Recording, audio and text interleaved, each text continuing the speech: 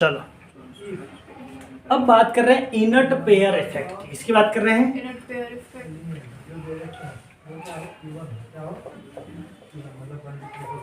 Inert pair effect. ये क्या कौन शो कर रहा था? NS electron. कौन शो कर रहा है? अब देखो कौन शो कर रहा है? By NS। क्या होता है कि group first down the group जब जैसे जाते हैं हम S block, in S block, in electrons participate in chemical bonding. Less participate in chemical bonding, less तो नहीं दे रखा है सर। लेस बोल सकते हो आप, डिक्रीज में बोल सकते हो। क्या बोल सकते हो? डिक्रीज बोल दो आप। Decrease participate in chemical bonding by NH2 electron. NH2 orbital है ना, NH2 इलेक्ट्रॉन ऑर्बिटल बोल सकते हैं आप। मतलब S ब्लॉक में किसमें हो रहा है ये? S ब्लॉक एलिमेंट जो है वो decrease participate in chemical bonding, तो क्या हो जाएगा? Down the group tendency to S block. किसमें है ये? जैसे मतलब B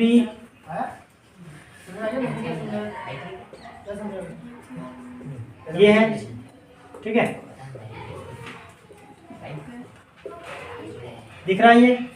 अब इनकी क्या केमिकल बॉन्डिंग में, केमिकल बॉन्डिंग बनाने की जो प्रॉपर्टी, केमिकल बॉन्डिंग फॉर्मेशन की, वो क्या हो जाती है? डिक्रीज हो जाती है। ध्यान से पढ़ना है, केमिकल बॉन्डिंग बनाने में ये पार्टिसिपेट नहीं करते हैं। तो इसका कारण क्या है? क्योंकि वो ऑक्सीडेशन स्टेट जो +2 है वो शो नहीं कर पाते। वो भी कौन से? लोअर पीरियड जो होंगे, लोअर पीरियड से +2 ऑक्सीडेशन स्टेट शो नहीं होते। तो केमिकल बॉन्डिंग में पार्टिसिपेट नहीं होगा तो क्या होगा? तो रीजन क्या हो जाएगा? Cause poor shielding effect. क्या हो जाएगा? Shielding effect.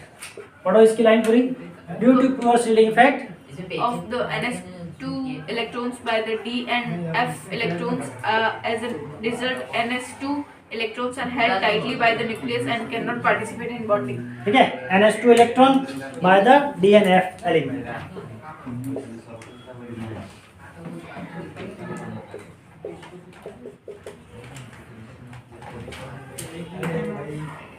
D और F ब्लॉक एलिमेंट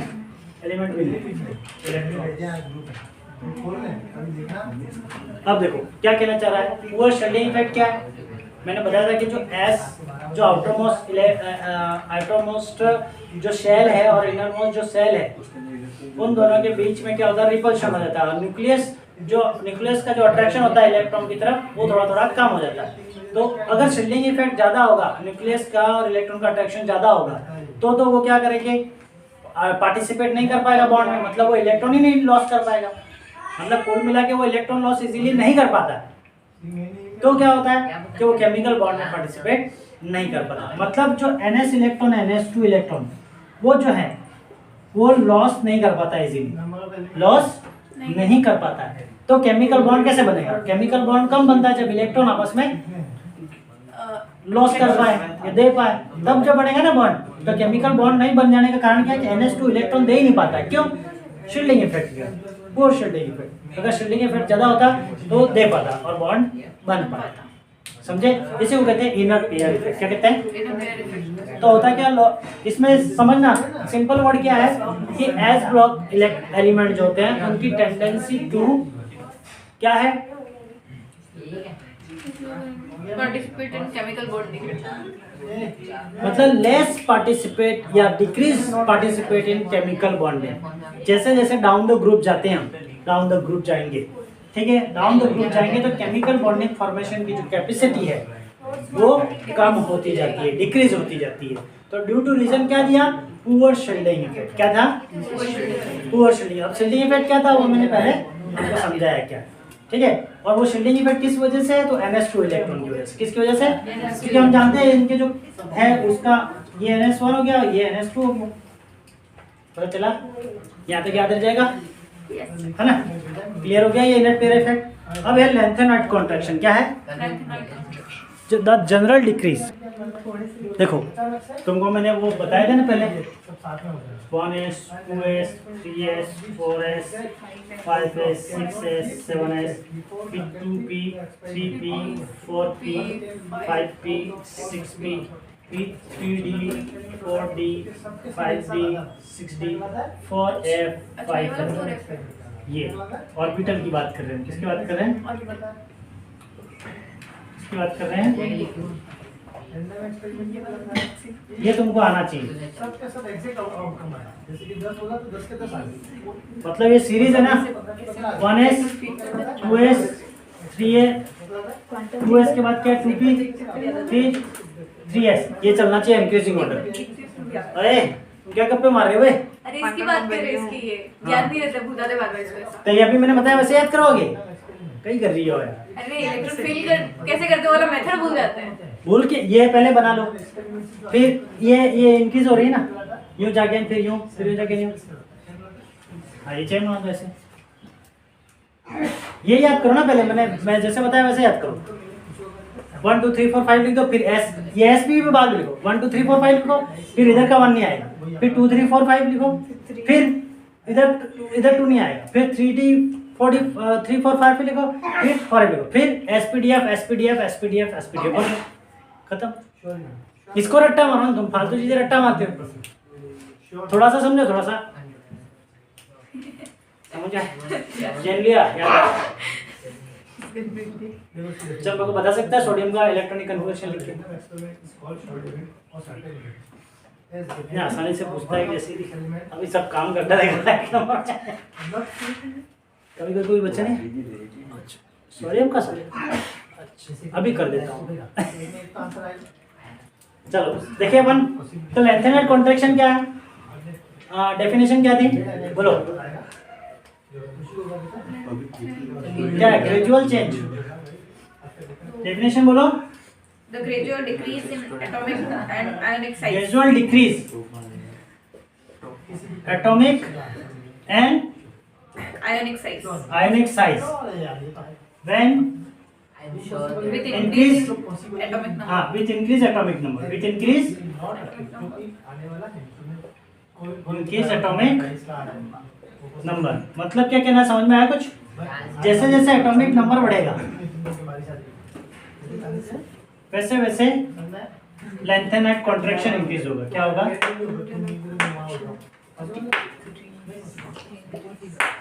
समझ में आया? ऐसा क्यों हो रहा है? क्योंकि इससे रीजन क्या है? Increase size the moving the down the group. अब इसमें तुमको दो चीजें याद रखनी है। Four f electron are in effect screening and outer electron of the nucleus causing imperfect shielding. ये जो मैंने नोट्स में दे रखे हैं सिंपल लाइन है। कॉन्सिक्वेंस है atomic radius of second row transition element are almost similar to those of the third row. अब यहाँ पे ये भी देखना कि जो डी ब्लॉक मैंने बताया ये एस ये पी और डी मिडिल का क्या है? D block. डी ब्लॉक में क्या है? ये 3D ट्रांजिशन हो गया। क्या हो गया? और ये 4D ट्रांजिशन क्या हो गया? ठीक है। और इधर एस ब्लॉक हो गया, इधर पी ब्लॉक हो गया एलिमेंट। ठीक है। अब ये कौन सा हो गया? 5D transition. तो 3D 4D 5D। अब यहाँ पर जैसे जैसे डाउन द ग्रुप जाएंगे तो एटॉमिक साइज इनकेस होगा।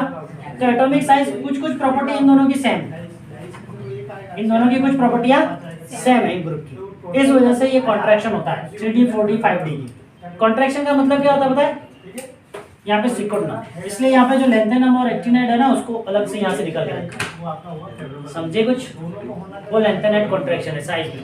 उसका कारण है कि 4D और 4F इलेक्ट्रॉन जो है उसके अंदर स्क्रीनिंग और आउटर इलेक्ट्रॉन के बीच में जो nucleus causing imperfect shielding effect, मतलब कुल मिला के शील्डिंग इफेक्ट के कारण ऐसा होता है। किसके कारण होता है?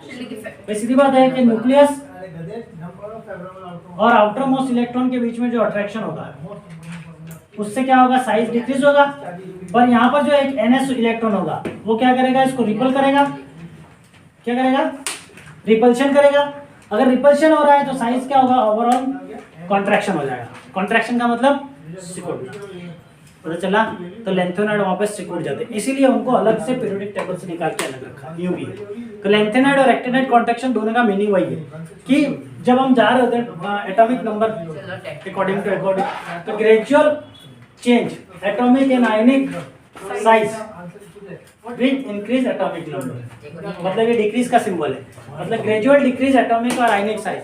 जो एटॉमिक और आयनिक साइज है डिक्रीज हो रहा है वैसे वैसे जैसे एटॉमिक नंबर बढ़ रहा है, पता चला।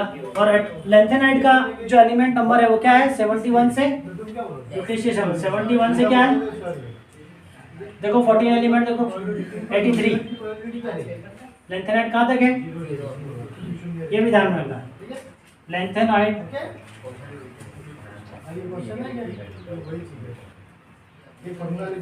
और फिर एक्टिनाइड 71 से क्या है 57 से 71, 57 से 71, और एक्टिनियम का है 89 से 103, 103, ये एक्टिनियम एलिमेंट के नाम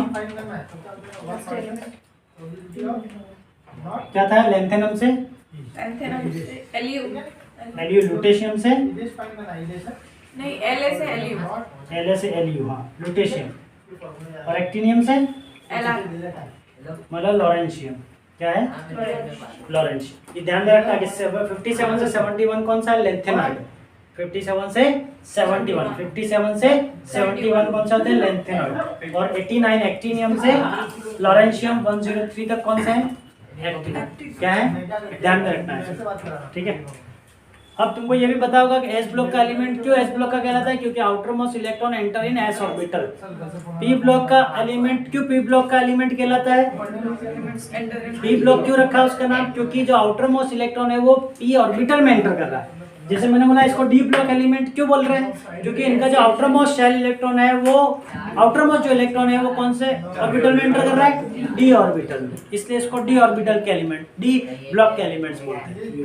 अगर कोई आ जाता है ऐसा कि नहीं है तो डी ब्लॉक में एंटर नहीं कर रहा है इसलिए डी ब्लॉक एलिमेंट नहीं होगा, तो फिर उसका एक्सेप्शन अलग है, फिर प्रॉपर्टी होगी रीजन से, पर ऐसा है नहीं। मतलब डी ब्लॉक में क्या होता है कुछ एलिमेंट है, इसको ट्रांजिशन एलिमेंट भी बोलते हैं, क्या बोलते हैं, क्यों बोलते हैं ऐसा ट्रांजिशन एलिमेंट, क्योंकि ट्रांजिशन करता है इलेक्ट्रॉन, मतलब हाई लोअर स्टेट से हाई स्टेट में जाता है, तो इसको ट्रांजिशन एलिमेंट भी बोलते हैं, क्या बोलते हैं। और एफ ब्लॉक को क्या बोलते हैं इनर ट्रांजिशन एलिमेंट, क्या बोलते हैं।